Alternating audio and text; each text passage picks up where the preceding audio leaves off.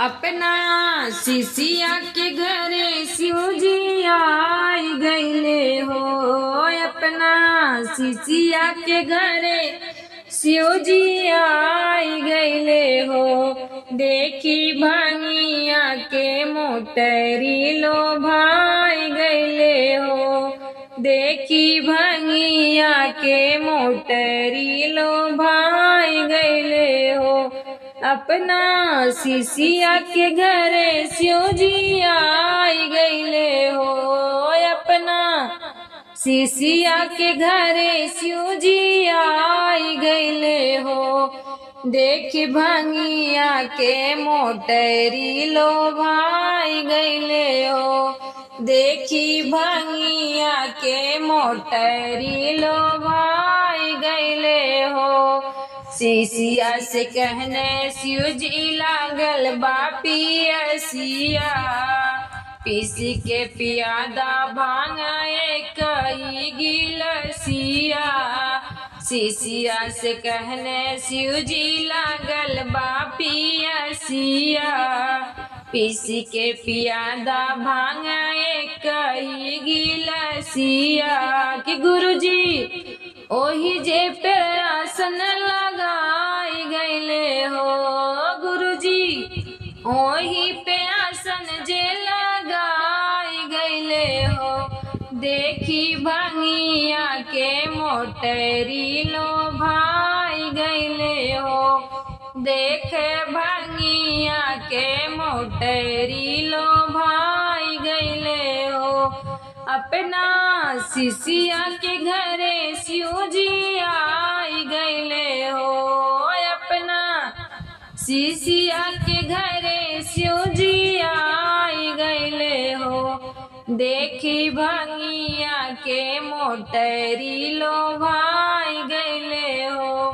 देखी भांगिया के मोटरी लो भाई गईले हो। बगल में देखने शिवजी रखल बांधर तूरा। शिशिया से कहने भूख लागल बाड़े थोड़ा। बगल में देखने शिवजी रखल बांधर तूरा। शिशिया से कहने भूख लागल बाड़े थोड़ा। गुरुजी बाकी सब कमावा भुलाई गईले हो। गुरुजी बाकी सब कमावा भुलाई गईले हो। देखी भांगिया के मोटरी लो भाई गईले हो।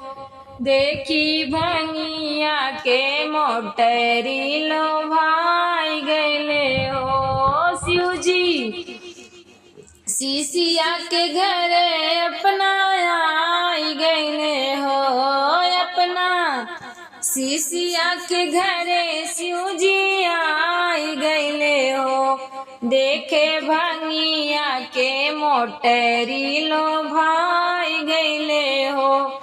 देखी भांगिया के मोटरी लो भाई गईले हो। भांगिया के पियते शिवजी खुश होई गईले।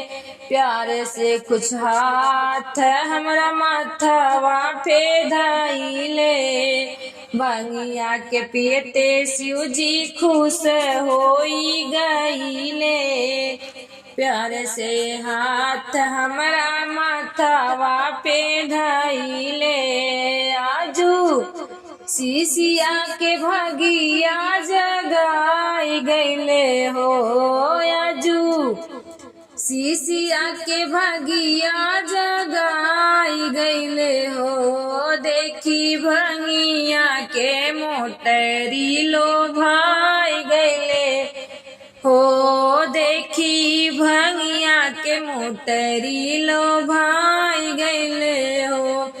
अपना शिशिया के घरे शिवजी आई गईले हो। अपना शिशिया के घरे शिवजी आई गईले हो।